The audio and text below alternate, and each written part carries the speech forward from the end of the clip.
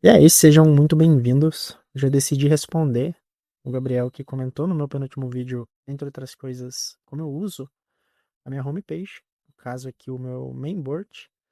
Aí meio que lembrei que eu já tinha um roteiro escrito, chamado Montando uma Homepage e Dando Dicas, qual eu deixei ali junto com basicamente todos os outros vídeos desse canal, fazendo aniversário nos arquivados aqui de a fazer. Então, aproveitei essa oportunidade dessa pergunta para revisitar essa nota e dar então continuidade, conclusão, mostrar a minha homepage. Durante o processo, decidi revisitar ali as diversas homepages que eu já usei ao decorrer desses 2 anos, que se mostrou muito conveniente, dado que eu versiono a minha Vault vai fazer mais ou menos esse tempo, e foi o segundo melhor uso que eu já usei para o versionamento do Git em relação a isso, perdendo só para alguns códigos do Balatro que eu recuperei uma vez, usando o versionamento. Antes de tudo, eu quero mostrar, de forma rápida ali as diferentes homepages que eu já usei, da mais simples até a mais elaborada, com plugins específicos para funções específicas. Como vocês vão ver, não difere tanto em funcionalidades, no que eu acredito, nos blocos que eu defino como essenciais, pelo menos para mim, na homepage. A partir disso, a minha homepage atual virá só ali a melhor solução que eu encontrei para mim, de cada uma das funções que eu já usava desde o primeiro, com exceção ali de botões, etc., que eu deixei de adicionar. Começando com os exemplos, bora ver, os 6 exemplos que eu separei aqui para a gente estudar e explorar junto. O primeiro deles é também o mais simples, no qual a gente, organiza ali por callouts os tópicos que a gente precisa, dar como necessário, que na prática aqui são só os boards e notas principais de conteúdo, de calendário de esforço, seguindo aquele método ACE que eu expliquei lá no vídeo ACE para, ali um menuzinho de opções de sistema, etc. Na prática, isso daqui não precisa de plugin nenhum para fazer. A própria formatação em callouts e os links do Obsidian já resolve, se você não está muito tempo, não tem necessidade de algo muito complexo, isso daqui resolve. E é um ótimo exemplo.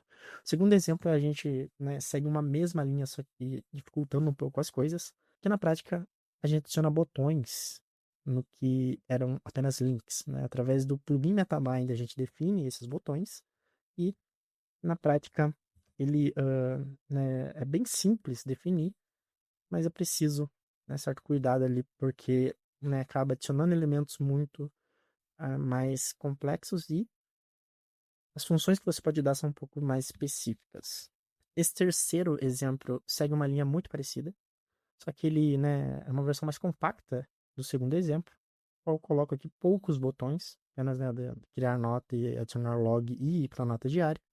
E aqui embaixo apenas os blocos de últimas notas modificadas e últimas notas criadas, seguindo a base de atividades recentes que, como vocês vão ver, a partir daqui vai estar presente em todas as homeboards posteriores. Essa homepage ali é uma versão muito mais elaborada, que eu fiz para um amigo, que na prática ele adiciona muito mais botões, boardzinho aqui, e a gente mistura, os callouts, além das últimas modificadas, outros blocos de áreas e projetos aqui. Isso aqui é a soma total das anteriores, com a gente adicionar mais plugins, adiciona mais callouts, e Data Vue.js em quase todo lugar. Isso daqui é bem complexo de se fazer, mas o resultado fica bem legal. Em vários lugares o pessoal gostou bastante. Agora a gente já pode conhecer o quarto exemplo, que é o Dashboard Plus Plus, que é o dashboard que eu ensinei também em um dos vídeos anteriores aqui. E no caso, assim, esse Dashboard Plus Plus,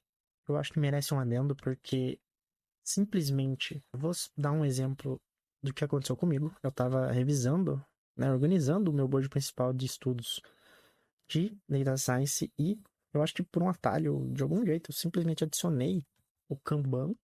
No primeiro momento eu simplesmente falei, como assim?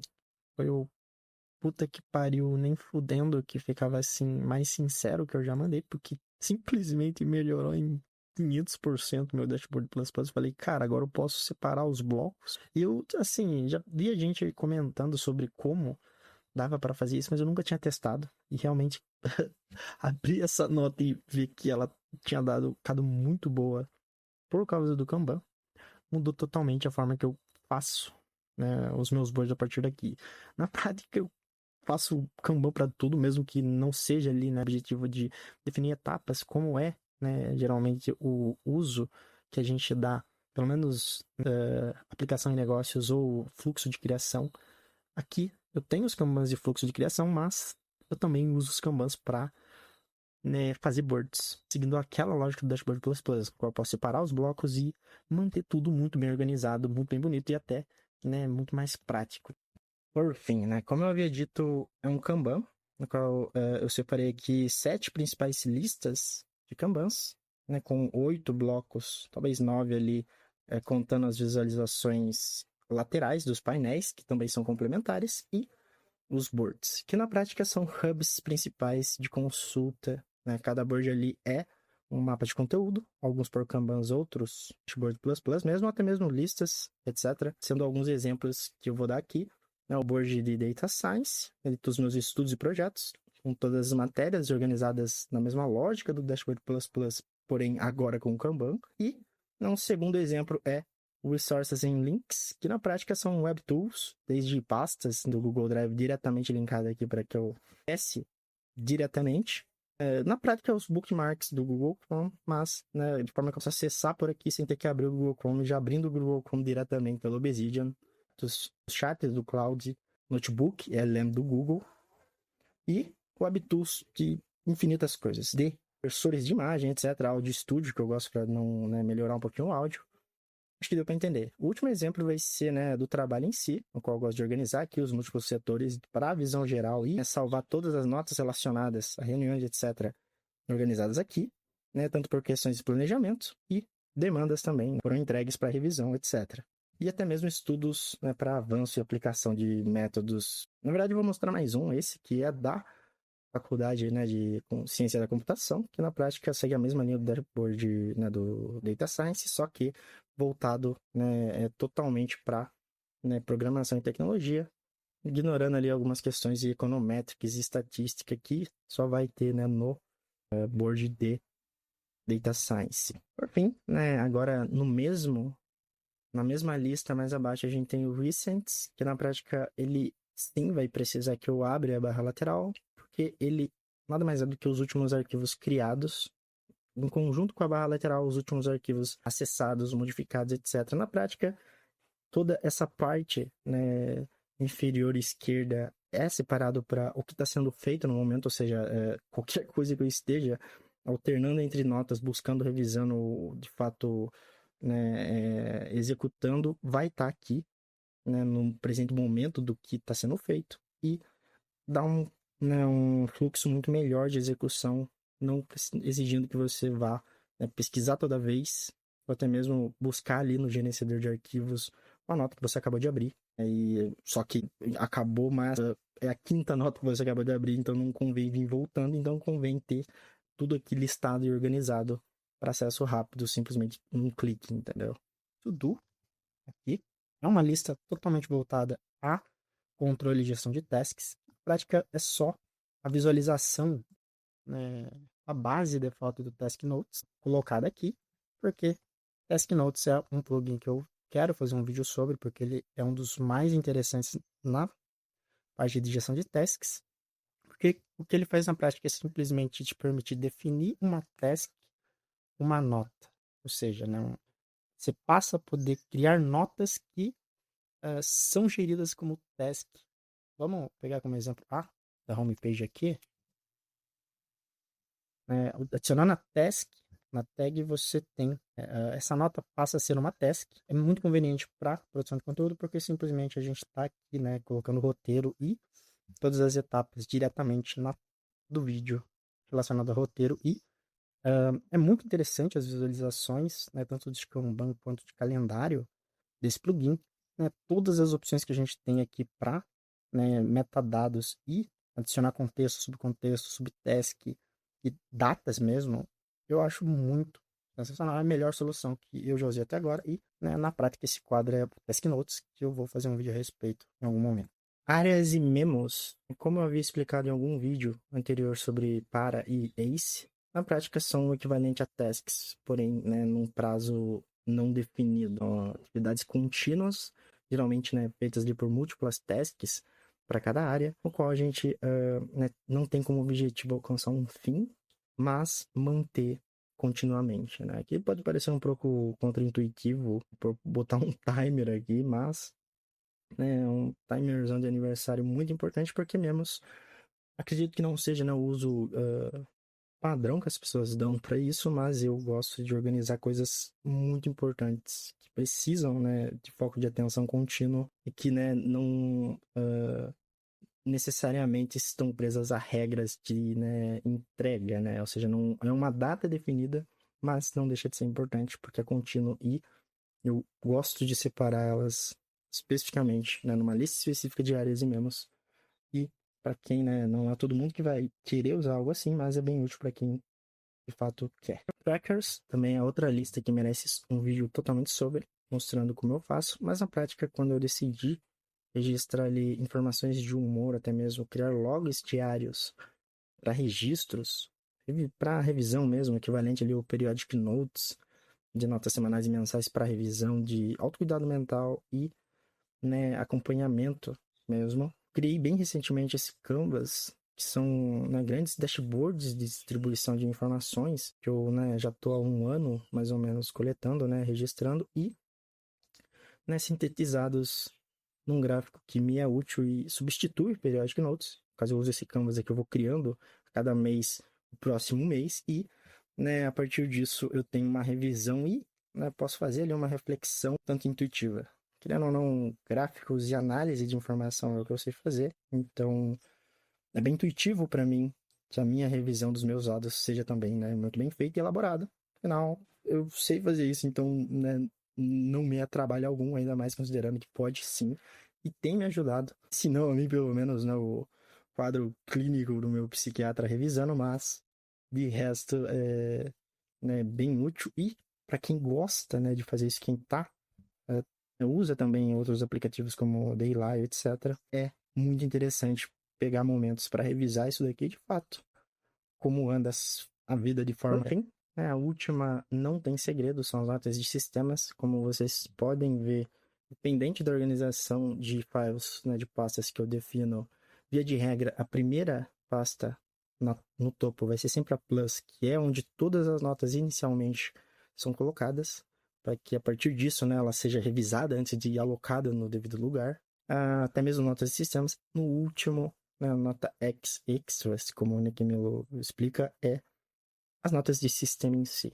Né? Aqui tem 4 pastas principais: assets, e são data view, né, e data view.js carries, blocos ali de consulta automatizada, que eu acho interessante criar assets disso, porque muitos blocos você vai usar em vários lugares e é muito mais conveniente você ter uma nota, né, de assets específica para essa consulta e adicionar ela, né, linkando ali em todos os lugares que você precisa, ao invés de colocar o bloco diretamente. Uma coisa que eu fazia muito nas nossas diárias iniciais era colocar no template de nota diária uma carry data view. Fica lá um bloco gigante ocupando parte da nota em todas as notas diárias, ao invés de você só ter um link ali, vincula a mesma nota, traz a mesma informação e te permite se organizar de forma muito mais eficiente, tirar, colocar e não poluir nas suas, né, as suas notas diárias ou qualquer nota com muito código que não vai funcionar no Markdown, entendeu? Fora do Obsidian, eu quero dizer. Hubs são notas de conexão única e exclusivamente. São notas que eu uso na propriedade subject, como mais um nível de classificação, além das tags, para, a partir de certo ponto, exige que você, né, crie conexões entre si, ou seja, o AOC, que é o assunto arquitetura e organização de computador, está relacionado diretamente a basicamente tudo que diz respeito ao HubTech. Então, mesmo que eu não classifique todas as notas de AOC como o HubTech, ele vai estar relacionado pelo hub diretamente. Então, isso poupa tempo, mantém a organização e conexões de assuntos que você já tem muitas notas, eu acho que deve ter umas 300, 500 notas de vários assuntos que não tem como você colocar diretamente, até não faz sentido, na verdade, porque A ideia das conexões é quanto mais conexão, né, quanto mais aquele assunto é abordado, mais conexões ele cria. Então, não necessariamente um assunto específico de um outro assunto que é um subtópico de como o sistema funciona deve estar relacionado totalmente a todas as outras áreas, entende? Então, é uma conexão menos direta que implica relação, mas não necessariamente uma relação muito forte. Então, é para isso que eu uso isso aqui. Não uso muito porque não é tudo que precisa. É bem interessante revisar antes de fazer, mas é muito interessante usar esse nível a mais. São, na prática, códigos que eu rodo na minha Vault para incontáveis fins e organizo os códigos que eu uso no computador em geral. A maioria deles Python, na verdade, acho que todos. Um vídeo que eu já tenho um roteiro escrito, assim como esse arquivado, é como eu uso shell scripts para incontáveis coisas. Desde esse pseudo plugin até coisas como transcrever né, de áudio que estão numa base específica para um arquivo específico, um quick transcriptor, literalmente para transcrever rapidão e só pegar o texto. Basicamente, eu posso definir diferentes pastas de templates através disso e até mesmo listar arquivos de uma pasta. Ele vai ler e listar. É muito útil, tem vários fins para isso. E templates, eu acho que não tem segredo, a gente já sabe o que é template, eu já fiz um vídeo sobre como eu uso. Não tem muito segredo. Pois é. Esse vídeo ficou bem mais longo do que eu esperava. É um objetivo mostrar ali um passo a passo, montando com vocês as homepages. Tutorial aí para que vocês tivessem o mesmo resultado. Mas acabou que eu gastei muito tempo explicando cada uma, principalmente das notas de sistema, etc. Mas como eu falei, existem formas simples e complexas de fazer a mesma coisa, que é basicamente o que a homepage, minhas homepages fazem.